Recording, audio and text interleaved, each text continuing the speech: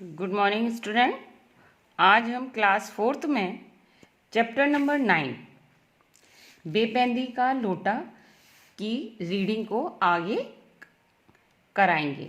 कल हमने आपको इसकी कुछ 1 पेज रीडिंग आपको करा दी थी। इसी पेज पार्ट को आगे बढ़ाते हुए हम इसकी रीडिंग करेंगे।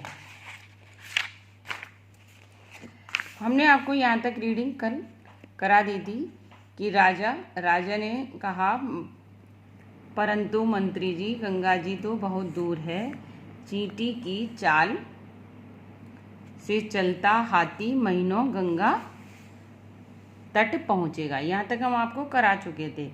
इससे पहले इसमें बताया गया है कि जो राजा होता है और उसका मंत्री होता है वो राजा की हाँ में हाँ मिलाता रहता है, यानी जैसा राजा कहता है उसकी वैसे ही हाँ कर देता है, मतलब किसी बात का विरोध नहीं करता।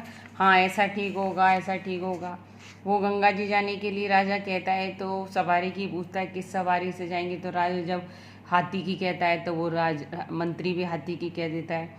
फिर राजा जब ये कहता है कि हाथी तो बहुत देरी से जाएगा, तो वो उसके लिए भी हामी भर देता है कि हाँ ऐसा ही है, वो तो बहुत धीरे जाएगा। तो आगे हम उसको देखते हैं क्या होता है। मंत्री, बिल्कुल ठीक कहते हैं महाराज, हाथी से अधिक सुस्त जानवर दूसरा नहीं है। यानी कि बच्चों समझ रहे हैं आप, अभी जब उस राजा ने हाथी के लिए कहा तो बोला हाँ जी हाथी तो बहुत बड़ी सवारी है, महाराजाओं की सवारी है और उस पर जाना चाहिए। लेकिन जब राजा ने हाथी के लिए कहा कि वो धीरे धीरे चलेगा, बहुत महीनों में पहुंचाएगा, तो वो कहने लगा हाँ जी हाथी तो बहुत सुस्त है। यानी एक पल में तो कुछ और एक पल में कुछ। तो जो बात को बदल देते हैं, अपनी बात पर नहीं रहते, वही बेपेंदी के लोटा होते हैं। उसको कहते हैं बेपेंदी का लोटा। आगे आगे देखिए, फिर आपको और समझ में आ जाएगा। फिर राजा बोला, मंत्री जी कहिए ऊँट कैसा रहेगा। हाथी के लिए तो सुस्त होने का, देर से पहुंचाने का हो गया। अब राजा बोला, मंत्री जी कहिए ऊँट कैसा होगा रहेगा। मंत्री, क्योंकि उसको तो उन राजा की हाँ में हाँ मिलानी थी, कुछ सही गलत तो विरोध वाली बात तो थी ही नहीं कि ना तो सही का ये होता कि भाई राजा गलत बोल रहा है तो मैं उसको सही सलाह दूं। उसको राजा की हाँ में हाँ ही मिलानी होती है। तो ऊँट तो उत्तम सवारी है, ऐसे ही उसने हाथी के लिए भी कहा था ना, ऊँट तो उत्तम सवारी है महाराज। रेगिस्तान का जहाज जब धूल उड़ाता चलता है तो मीलों की मंजिलें घंटों में नाप देता है। राजा, परंतु मंत्री जी यह भी तो कई दिनों का खटराग है। राजा ने कहा कि मंत्री जी ऊँट भी तो मतलब कई दिनों में पहुंचाएगा, जल्दी तो पहुंचाएगा नहीं वो भी, क्योंकि ऊँट रेगिस्तान में ही तो तेज दौड़ता है, सड़क पर इतनी तेजी से नहीं चल पाता।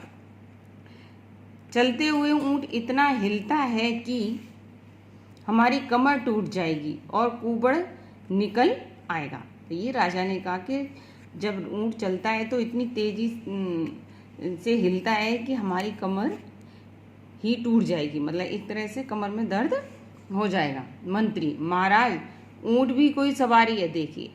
अब मंत्री तुरंत बदल गया, महाराज ऊँट भी कोई सवारी है, ना चाल ना जाती। मैं तो गधे और ऊँट में कोई भेद नहीं मानता। अभी अभी उसने क्या कहा था कि ऊँट रेगिस्तान का जहाज है, रेगिस्तान में बहुत तेजी से दौड़ता है। अब वो क्या कह रहा है, अब वो कह रहा है कि ऊँट और गधे में कोई फर्क नहीं है। तुरंत बदल गया वो। आगे देखेंगे, गधे और ऊँट में कोई भेद नहीं मानता, देखने में भी कितना भद्दा लगता है। भला यह भी कोई राजा महाराजाओं की सवारी है। राजा, मंत्री जी घोड़े के बारे में आपका क्या विचार है। राजा ने कहा, मंत्री जी घोड़े की सवारी मतलब कैसी रहेगी, उसके बारे में आपका क्या विचार है। मंत्री, हाँ महाराज, मैदान हो या पहाड़, घोड़े से बेहतर सवारी कोई नहीं। सरपट दौड़ा चला जाता है, वीरों की सवारी है, जहाँ चाहे रुकिए जब चाहे चलिए, ना कोई सामान ना व्यर्थ का झंझट। किसने कहा? मंत्री ने। कि हाँ भाई घोड़ी, महाराज घोड़े की तो कोई बराबरी नहीं है, वो तो बहुत तेजी से दौड़ता है। मतलब उसने जैसे राजा ने कहा वैसे ही उसने उनकी आह में आह मिला दी। अब राजा बोला, परंतु मंत्री जी एक झंझट है, घोड़े पर तो कायदे से ही बैठना पड़ेगा। आप जानते ही हैं कि गंगा यात्राएं 2 घंटों की, इतने समय तक धूप और धूल में कोई घोड़े पर यात्रा, और वह भी कायदे से बैठकर ना। मतलब राजा ने कहा कि 2 घंटे की यात्रा है और घोड़े पर बैठकर नहीं हो पाएगी। मंत्री, सो तो है महाराज। बच्चों आप देख रहे हैं ना, राजा मंत्री जो है राजा के साथ साथ अपने विचारों, अपनी बातों और शब्दों को बदल रहा है। राजा हाँ कहता है तो वो कहता है हाँ ये ठीक है, हाँ ठीक है। और जब राजा यूँ कहता है नहीं ये ठीक नहीं रहेगा, तो वो भी ऐसे ही कहने लगता है। यानी उसका अपना कोई भी विचार नहीं, अपनी कोई भी स्वयं की इच्छा नहीं है।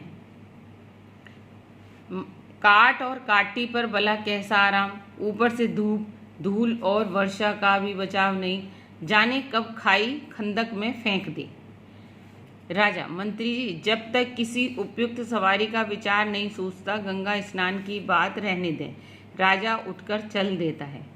राजा कहता है कि जब तक किसी अच्छी सवारी का विचार नहीं आता, तब तक हम गंगा स्नान नहीं जाएंगे। मंत्री राजा के पीछे चलते हुए, यह ठीक रहेगा महाराज, जब भीतर ही आनंद की गंगा बहती है तो गंगा तट पर स्नान करके क्या पुण्य प्राप्त होगा? कहा भी गया है, मन चंगा तो कटौती में गंगा। तो बच्चों ये हो गया आपका चैप्टर। तो इस कहानी से हमें क्या शिक्षा मिलती है कि हमें हर बात की किसी की हाँ में हाँ नहीं मिलाना चाहिए। जो सही है उसको सही कहना चाहिए और जो गलत है उसको गलत कहना चाहिए। यदि हमसे कोई सलाह मशवरा लेता है तो उसको सही सलाह हम दें, ये हमारा कर्तव्य होता है, यही हमारा फर्ज होता है। ऐसा नहीं है कि उसने जैसा कहा हम वैसा ही करने लग जाएं, जबकि वो सही ना हो तब भी। तो जो इधर उधर तुरंत बात को पलट देता है उसको हम कहते हैं वेपेंदी का लोटा।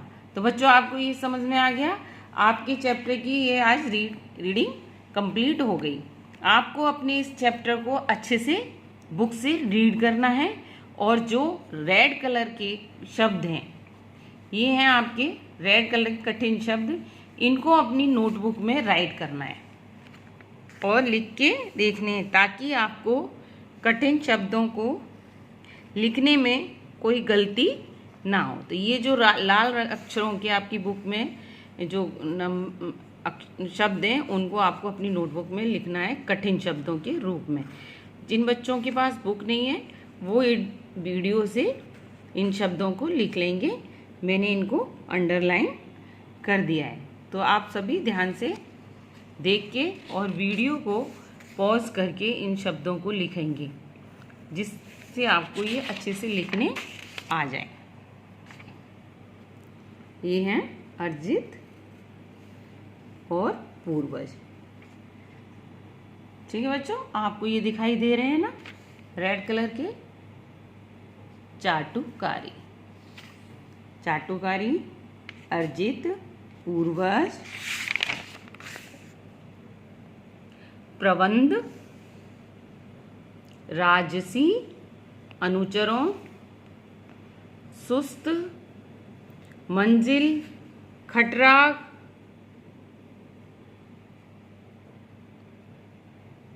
काठ, काठी,